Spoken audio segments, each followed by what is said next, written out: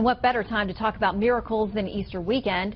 Tonight, religion correspondent Lauren Green looks at a fascinating effort by men and women of science to prove the seemingly unprovable about faith.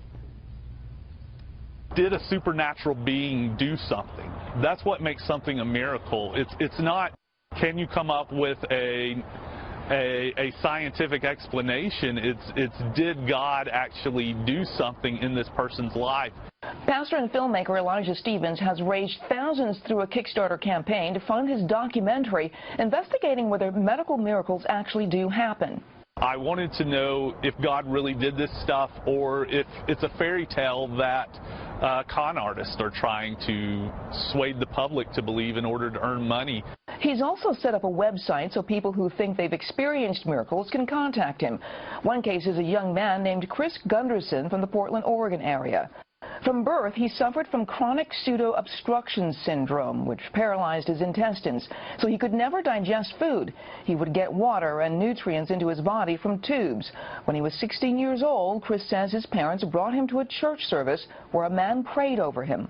Halfway through the prayer, I felt a shock go from my right shoulder and down through my chest, entering my stomach, and it felt like God was jump-starting my stomach back up. And right then and there, it was healed. Chris's doctors were baffled. His condition had no cure. Stevens has enlisted the help of Christian-based nonprofit Global Medical Research Institute that is fielding claims like Chris's, then bringing in physicians from all different faiths to determine whether sudden healing after prayer actually took place or if there's a scientific explanation. What I do is get experts in the particular field to evaluate the case and let them decide whether or not it meets the bar or not for a miraculous healing. Stevens is about halfway through the project, with experts vetting cases and medical records. He hopes to show the film within a year in churches and maybe even theaters. Shannon? Fascinating. Thank you, Lauren. The power of God hit me, and I was instantly healed.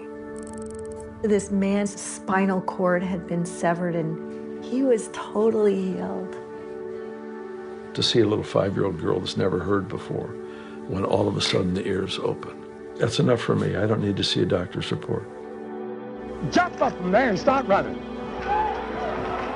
The standardly understood definition of a miracle is an occurrence that has no other good explanation.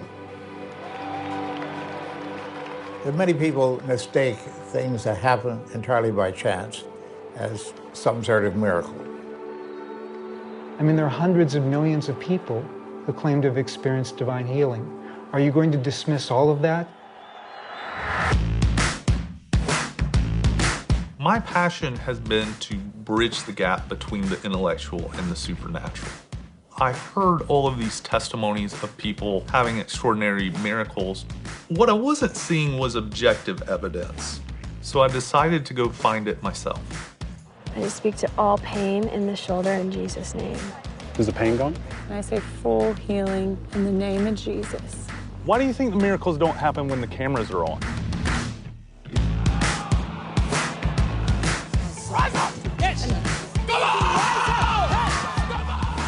Some testimonies are false. Some testimonies are exaggerated. Miracles don't happen. The moment you investigate them carefully from a scientific perspective, they unravel. Be skeptical. Have you ever seen anything like this? No.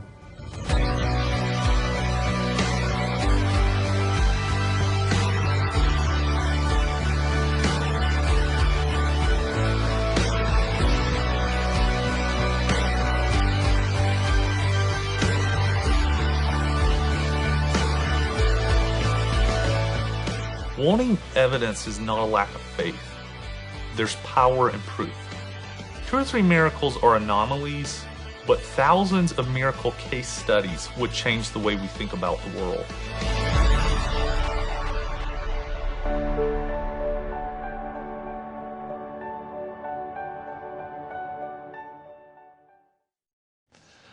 Hello everyone, Dave Harvey here, and welcome to the Increase Good News podcast. So excited to have you today because we have a very special show and a very special guest, actually lots of guests coming up today. We've got Dr.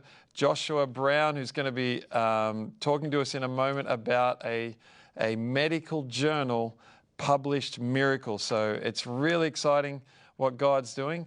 But I just wanted to remind you, the Increase Good News podcast is about celebrating the goodness of God so that He can do it again. And we are seeing God do miracles all around the world right now. Right now there are crazy things happening. If I open up the Increase app, we've just had a bunch of kidneys be healed, believe it or not. We've actually had someone in their late 40s got married. Actually, we're seeing a lot of people later on in their life getting married right now. I've had 2 or 3 friends close to me just getting married. We're seeing, lots of knees are getting healed. Someone's digestive allergy, so gluten, dairy, all that, they were actually supernaturally healed, and they can eat all that instantly right now. So God's doing some good things, but I wanted to introduce to you right now Dr. Joshua Brown from the Global Medical Research Institute. So, Josh, are you there? Yeah, hi. Hi, Dave. Hi. All right. Welcome to today's show. It's such an honor to have you on today, Joshua. Tell us about the Global Medical Research Institute. That sounds like some secret society or something. What is this thing? Well, the Global Medical Research Institute was founded about 7, going on 8 years ago. And it started out as some research that we were doing, just looking at miracles, looking at healings. I'm a professor. My wife's a professor at a large research university, and we heard all these claims of miracles, and we thought, well, if there are all these claims of miracles, there should be some pretty good evidence for it. Yeah. And so, as a scientist, I looked to the peer-reviewed scientific literature to see what's there, and I guess I shouldn't be too surprised to find that there wasn't a whole lot that that had been published. I think people tend to not really pay much attention to that, from scientific perspective, and so we thought, well, we should change that. I mean, we should, God's doing stuff. We should be able to see it. We should be able to document it, and not to put God to the test or somehow sort of tempt God, but just to see what's He doing, and how can we, what can we really say based on the medical and scientific evidence. Yeah. And so that began a process that led to some published articles. We went out to Mozambique and studied Heidi Baker and measured lots of blind and deaf people getting healed. That was about 10 years ago. Wow. And we got that published in a peer-reviewed medical journal. There was with a little bit of drama because people sort of do a double take when you say, well, we measured blind and deaf people getting healed through prayer, and it's not the typical thing you'd see in a medical journal. But we just, we measured it. We measured people before prayer and after prayer, and we reported what we measured. And what we measured was dramatic increases in visual acuity and hearing thresholds in people who had vision or hearing impairments after prayer. And so, out of that, there was a book that was published, Testing Prayer. You can look that up on Amazon or wherever. But that documents a lot of research into the evidence of healing through prayer, medical, scientific evidence, as well as some, studies asking how people understand and interpret their experience of prayer and healing from a scientific perspective.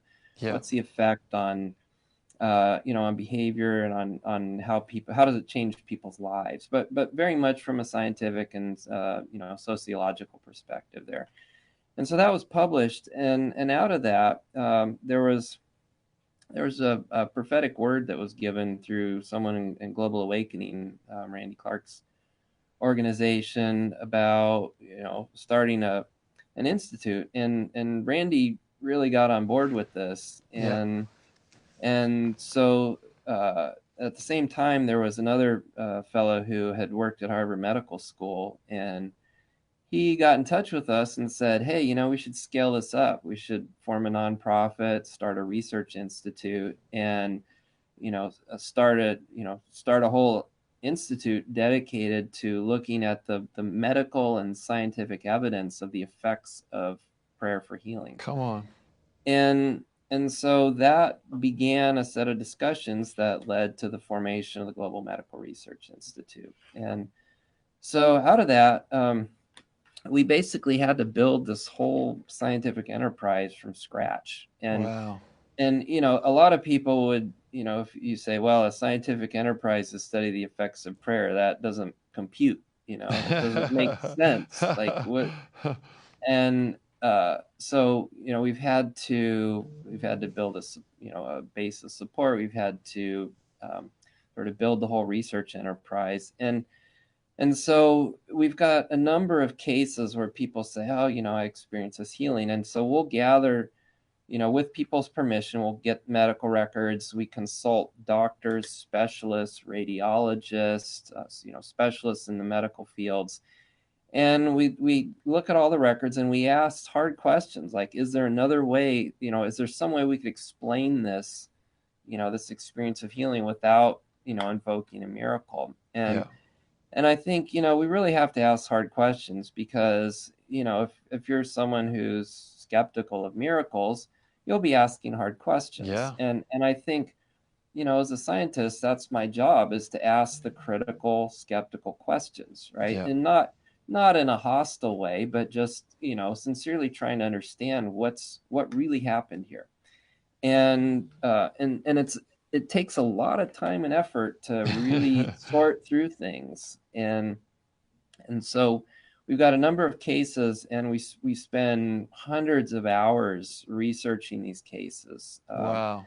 Interviewing, getting the medical records, consulting with specialists, checking everything out. And, the result of that is distilled down into a, roughly 5-page paper that we then will submit to a peer-reviewed journal. So if you're a scientist, then, the thing that we produce is research, published research. We take the results of our research, write it up, and then submit it to a peer-reviewed journal. And what peer-reviewed means is the paper then goes out to 2 or 3 anonymous experts in the field who then read it and try as hard as they can to rip it apart.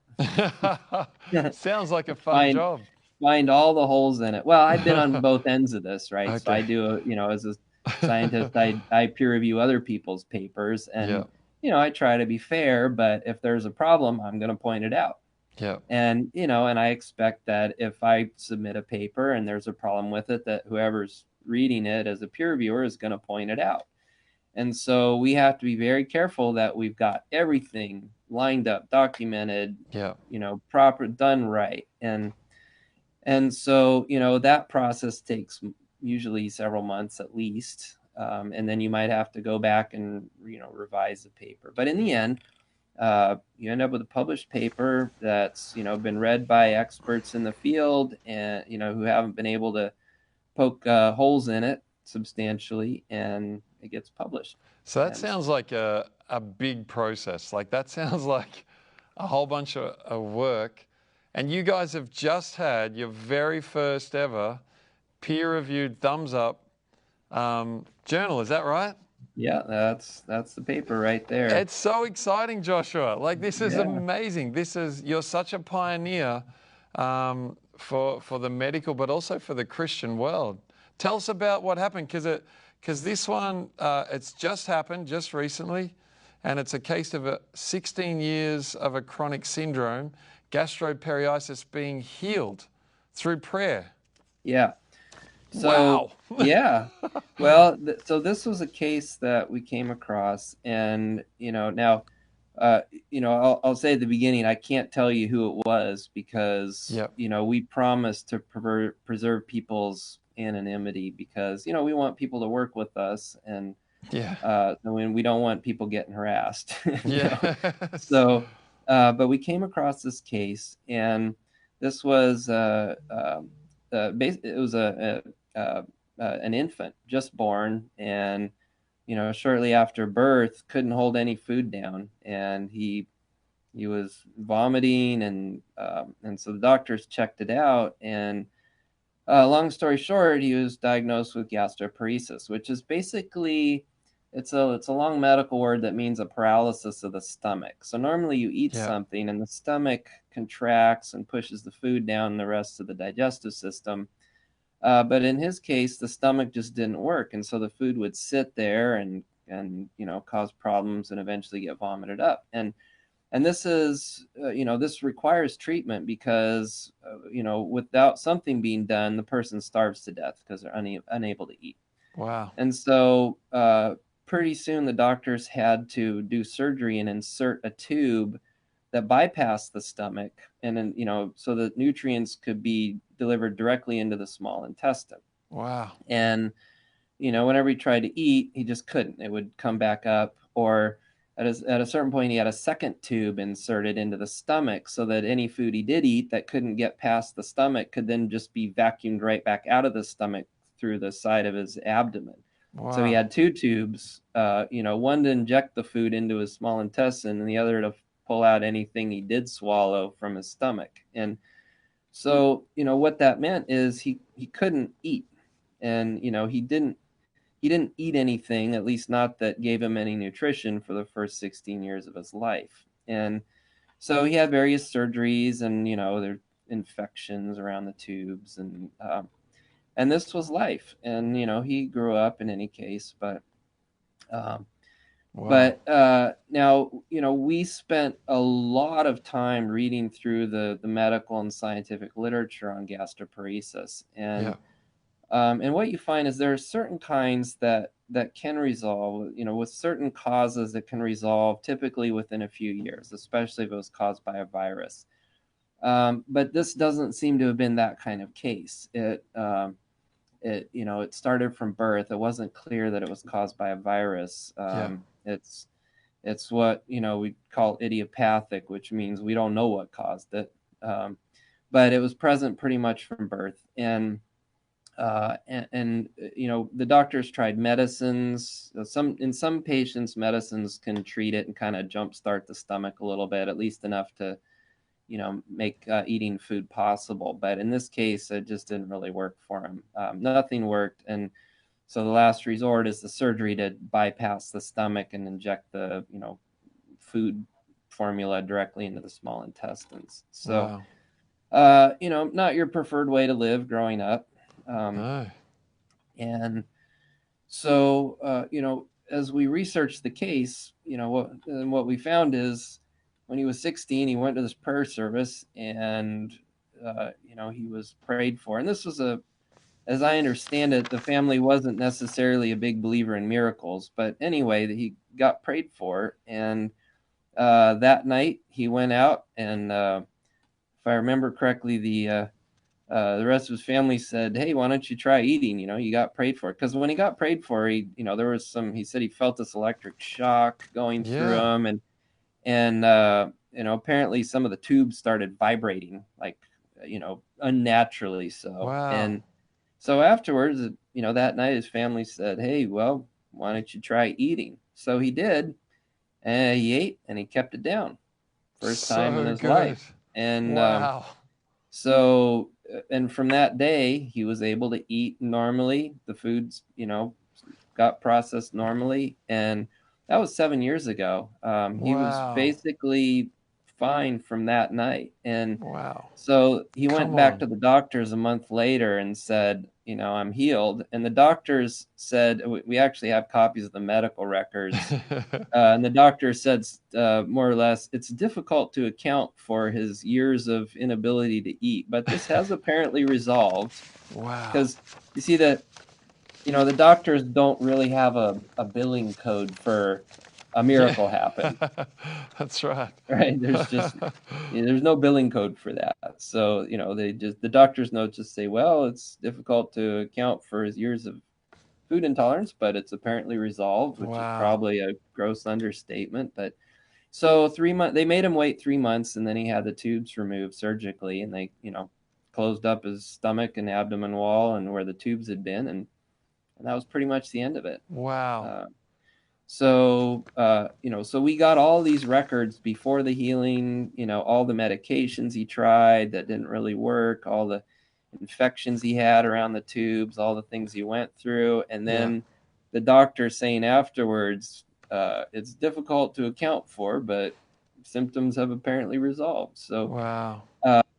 And so, there it is, right? It's so exciting. And this, some diseases you say, well, sometimes they get better on their own. After 16 years, there's not really any precedent for this kind of thing just getting better on its own, to my knowledge. And we looked really hard through all the medical literature on this.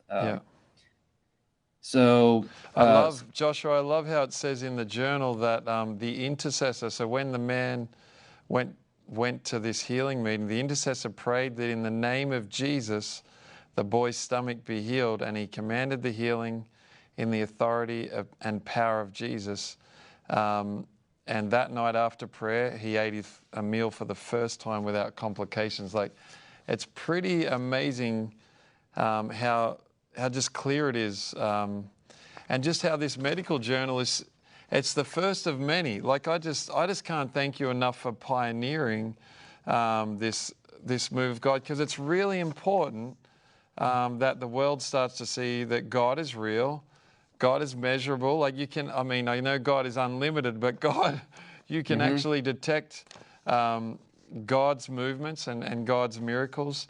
And so I just want to thank you for doing that. This is an amazing moment. I think Charisma Magazine picked this up, which is amazing. They've just done a re-shout out of this. And then Lee Strobel, a Case for Christ as well. Like, this is amazing, Joshua. Yeah.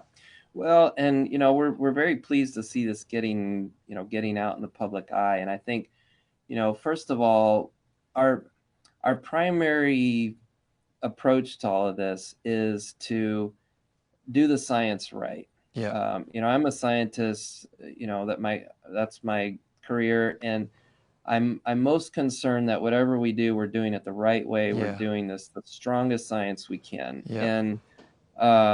And second of all, I'd say, I very much appreciate, this has been a huge team effort. And we've worked closely with Bethel, and I so appreciate the support that you, Dave, have provided for us, and that Bethel Church has provided for us. And we love you guys. It's made it possible. We've had the space to work through all this, and so I very much appreciate all that you and Bethel have done to facilitate this research. And I think it speaks well of to have a ministry in a church that really cares about doing the science right and getting the strongest, most rigorous evidence, because I think, people are asking sincere questions. What evidence is there that something really happened? Can you explain it in another way? What about placebo effects? What about, and those are, I think, there are a lot of people asking those in a very sincere way. And I think they deserve a real answer. And so I want to be able to give people an answer that this is what happened. This is what we can say. This is what we documented. And, I'm not going to put my name on something unless we can really document it. Right. And it's very clear what happened. And so this, I hope, will be the first of many more such reports. Yeah. And the goal, I think the goal is to get a whole journal full of these, right? We need how many? So I just wanted to encourage everyone who's watching, if you have a testimony with medical documentation before and after, and an incredible miracle from God, we're partnering with Global Medical Research Institute with the Testimony app. You can download it on iTunes or Android. It's called Increase Testimony. And just, if you have a testimony, one of the beautiful features on the app is we actually are publishing medically verified testimonies. So this one will be positioned on the app, but also if you have one that you want to be medically verified, we can get Joshua and the team to start to look at that. And Joshua, you've got a few on the go at the moment, I guess. Like you guys are not Yep. sitting around. Yeah, we've got a whole sort of collection of ones that we're looking at, and so Beautiful. we've got a case of someone who was blind for 12 years, prayed Wow. one night, and got healed.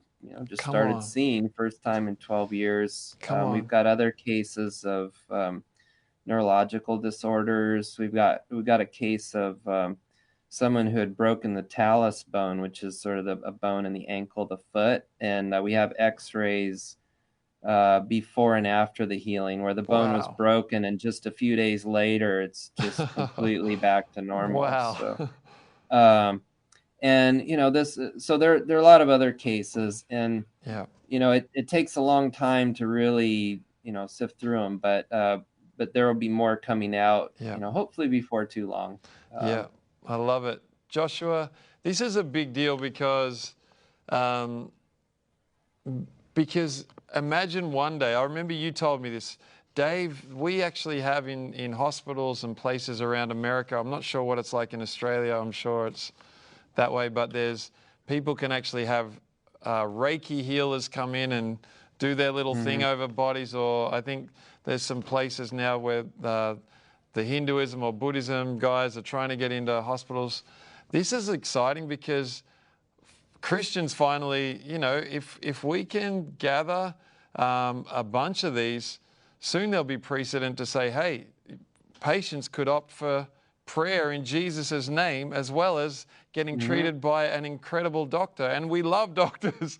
We love nurses. We love professors. It's not about getting away with that, like removing that, absolutely. But also it's about, hey, God wants to add to what they're doing and speed up results. So well, absolutely, and I think we're starting with case studies, but ultimately what we need to do is what are called clinical trials, where we look at whole groups of people and ask whether on average people who get prayed for do better than those who don't, and there's a whole history that we don't have time to get into of studies that have been done on that. I think there's some problems with that literature, and we want to do it right. Great. And I think for people who that there are people who offer Reiki in hospitals and other kinds of alternative medicine and things like that, and I think I have a fair amount of respect for them, because part of the reason why they're in the hospitals, now that's not to say I agree with what they're doing, but part of the reason they're in hospitals and schools and community centers and such is because they've actually invested in the science.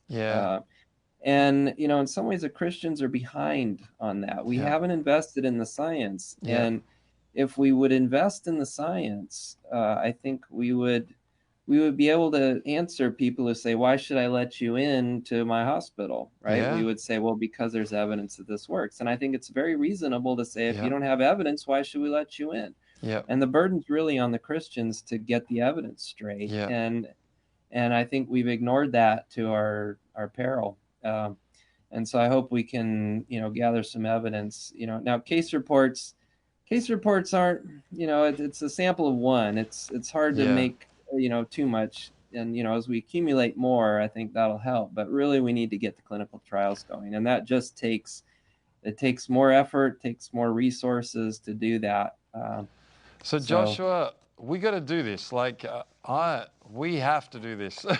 Everyone listening, it's time for us to do this.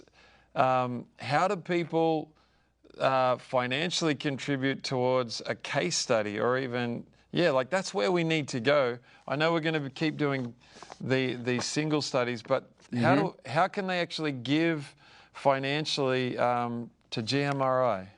So our website, globalmri.org, so globalmri.org.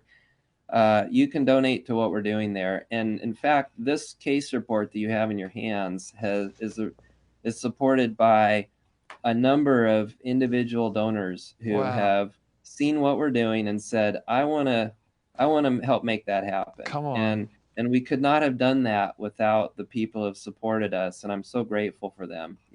So good. With scientists, a lot of times we look to big funding agencies.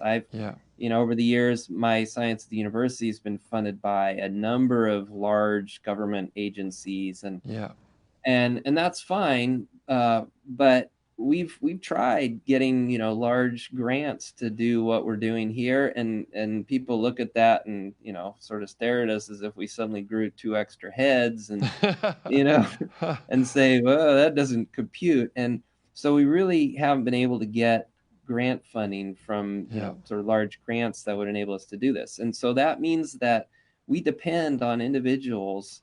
It's basically 100% private individuals who look at what we're doing and say, I want to make that happen. Wow. And if you're listening, you feel that way, you want to help make this happen, go to our website, globalmri.org, click the donate button, and we will gratefully receive however you want to help us. Joshua, thank you so much for your time. Thank you for doing this. You're such a pioneer. You're such a leader. And I really want to encourage everyone listening, just give whatever. Ask God right now, God, do you want me to give? And if he's like, yeah, of course, then ask him how much to give. And let's sow into this. And let's start to see Christians get behind science. We believe in science. We love scientists. We love doctors. And let's start to just shout the glory of God, because he's all throughout this whole beautiful world doing wonderful things. Blind eyes are open. Welcome to the Increased Good News broadcast. I'm Dave Harvey. Today we are looking at a scientifically proven testimony from Dr. Joshua Brown from the Global Medical Research Institute. Welcome, Joshua. Yeah, well, thanks, Dave. Pleasure to be here, and glad to hear the interest in the science and the research we're doing. Now, Dr. Joshua, you are the director of the Global Medical Research Institute, which is a non-for-profit research organization. And you guys are investigating the medical evidence, the science behind healing associated with prayer. You're not just an average Joe Blow, by the way. Dr. Joshua, you have a PhD in cognitive and neural systems. You're a professor of neuroscience and psychology at a large Midwestern university, where you're doing brain research in a lab. So tell me a little bit more. Tell us all a little bit more about the Global Medical Research Institute. Well, Dave, several years back, a number of friends and people I knew we were hearing about all these testimonies of healings and miracles, and we started talking, and I said, well, we're scientists, and people are claiming that medical miracles are happening, basically. And so we got curious, why, what are we to make of this? Because if there's a medical miracle, then there should be some medical evidence. There should be some records. There should be ways you can investigate it. And so, I and some others got curious to see, what happens when you take a claim of a miraculous healing and you really investigate it. That is, you look at, you go back to the doctors, you get the medical records, and you try to understand, like, what really happened medically. And so the vision of the Global Medical Research Institute is to really understand what is the medical evidence surrounding these claims of miraculous healing. What does the medical evidence say? I love it. And GMRI right now has a brand new published testimony with medical evidence of a blind woman being able to see after receiving prayer from her husband. Dr. Joshua, can you tell us a little bit more about this woman's case? Was she blind for 18 or from the age of 18 years old? Yeah, so this is a woman who we came across who lost her vision fairly quickly. around the time she was 18. And she went to the eye doctor, and the doctor looked at her eyes and it basically looked, back into the inside of the eyes to see where the light gets turned into, nerve signals. And the doctor noticed that there was basically damage, like right in the middle where, the part that processes what you're looking at directly, that part was damaged. It looked, it was obviously, something was wrong. And, they already knew something was wrong because she was blind. Yeah. So, from that, she went on to, she ended up going to school for the blind. She ended up walking with the cane. And so she was blind, right? Not just a little blind. She was blind. So totally blind. She was completely blind. Yeah, I mean, to the point that she had to walk with the cane. Wow. She ended up getting married, had a child, but had never actually seen her own husband or her own child. Wow. Never seen her husband or Yeah, her child. Hopefully she liked what she saw when she was healed. Wow.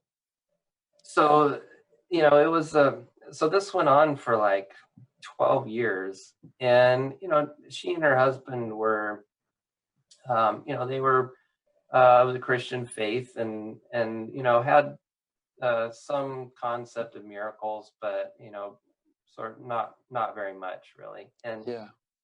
When you're desperate, you do all sorts of things. And so they were interested in, could she be healed somehow? And they would pray for healing and did that a number of times. And one night, after she'd been blind about 12 years, they prayed in her description a pretty quick prayer for healing, to the effect that, well, God, we know you can do this, and would you do it?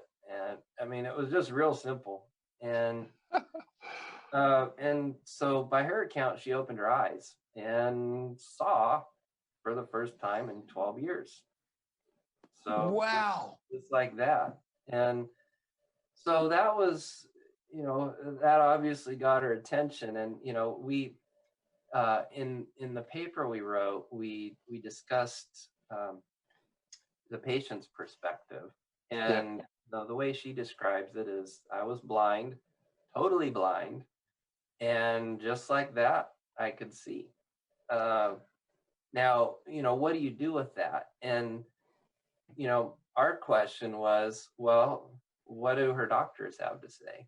Yeah. What do the medical records say? And so we spent quite a lot of time and effort looking through the medical records, consulting with specialists.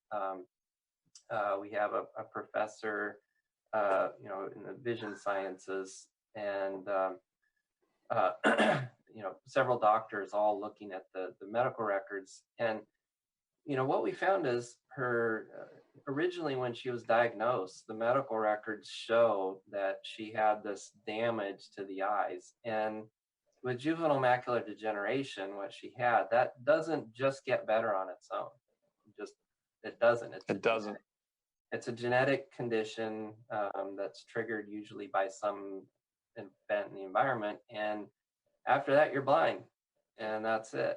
So people don't naturally recover from that. No, that doesn't happen. And so after she was healed, some years later, she went back to the eye doctor and they took a picture of the back of her eyes. And what was really remarkable is that all that damage that had been there, that, with what she had doesn't ever get better. Well, it got better. There was a very slight, slight evidence of, some, very mild looking issue there, but it was for the most part basically better. And, of course, the fact that she's running around and saying, I can see, I can see perfectly, just fine. So and when you measure her eyesight, you measure it, normal eyesight's 20/20. Yeah. She had like, I think it was 20/30, 20/40, near normal vision, essentially good enough to drive, good enough, with your And is that, Joshua, has that continued? Is she still, eyes are great? Yeah. I think at the time we wrote the case report, it had been 47 years since she was healed. So, Wow. I mean, and it is a legitimate question, right? If someone experiences something, the next question is, well, did it last? Was this, did she only think she could see the moment, or maybe she was, I mean, these are the things people say, like, wow, maybe you got a little excited, and but as it turns out, it did seem to stick. 47 years so far. That's a stick right there. Relatively lasting improvement. Wow. So I'm excited, Dr. Joshua Brown, because coming from a pastor who believes in the power of prayer, I've seen miracles happen, but to see the science behind this is remarkable. To see that there was something dead in the back of her eyes, now she's healed. She sees her husband for the first time, sees her daughter, and that's stuck for 47 years. I'm excited about that. That is beautiful. Yeah, well, and for me, I'm a scientist, and if I want to, if I'm gonna accept that something happened, that something's true, I want to be able to investigate it carefully. I want to be able to see the evidence. I want to understand it, and I think people like me quite reasonably ask questions like this. Well, you're claiming that this happened. What evidence do you have? And for myself, I want to be able to understand, like, what does the evidence say? Right now, I think in the end, as a scientist, all I can say is this is what the evidence shows. We have these medical records. We've done these investigations. This is what the evidence shows. And so that's what we published. Is here's an interesting case. Here's what happened. Here's what the evidence shows. And I think that's really, for GMRI, that's what we're interested in doing, is really digging into that. I love it. And I just want to thank you, Dr. Joshua Brown, and your team of scientists, because I know there's a big team behind you that are really leaning into these miracles and being really careful. And there are many that I know that you guys there's not enough evidence there. So you're very careful. I really love that. And I just want to give a shout out on the Increased Testimony app. We have another testimony from GMRI on there of a medically verified 16-year-old boy healed from gastroparesis. I think I said that right. Yeah. It's a paralysis of the stomach. Incredible science behind that. I'm taking it as a miracle. And Joshua, if people want to get connected to GMRI, how do they get connected? The best way to start is our website, globalmri.org. You can contact us through that. You can see more of the work we've done, what we're doing. That's the place to start. Also, I love it. On Facebook. I love it. Well, Dr. Joshua, thank you for today. Thank you for what you're doing. I cannot wait to hear more from GMRI. For everyone that's watching, if you need a miracle in your eyes, the Bible says this. It says that the testimony of Jesus is the spirit of prophecy. And that means that if God has done something once, he wants to do it again. So I'd love to pray for people right now, Dr. Joshua, that need a miracle in their eyes. And I'm just going to do that really quickly. So if you're watching, even though this woman was healed 40-something years ago, I want to tell you, Jesus can do it again right now. So just, if you need that miracle, just close your eyes and I'm going to pray for you. So Jesus, just like that husband prayed for his wife, I just pray, do it again. I pray for 20/20 vision. I pray for blind eyes to open. Yeah. Amen.